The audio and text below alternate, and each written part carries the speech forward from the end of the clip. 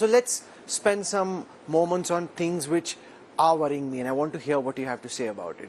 We saw two supposedly brotherly nations duke it out, Iran and Pakistan.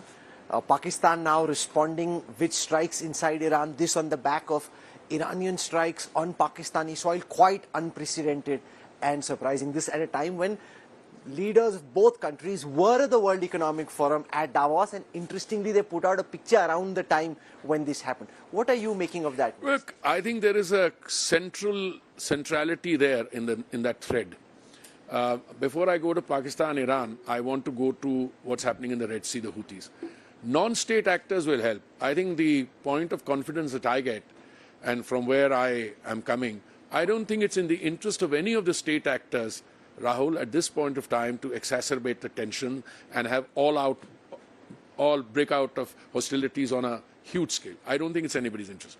What was happening, because between Pakistan and Iran, I've seen a statement which the MEA has also issued.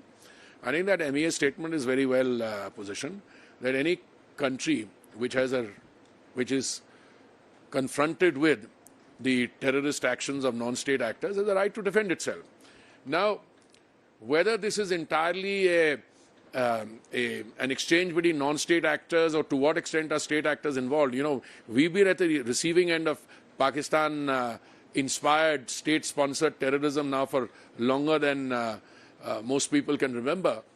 And we've never bought their line that this is state actors acting on their own. I've never bought the line. I don't think any of my colleagues in the government or the MEA have. In this particular case, I am not surprised. There are changes happening in the world of a very fundamental character. You had a situation where a rapprochement or an approach to a rapprochement was announced between very major state actors in that country. Some of the non-state actors were not reconciled.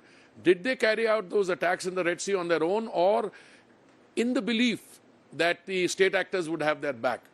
I personally think there is an overwhelming show of force there, and I don't think people would want to cross the line. So that's what gives me confidence.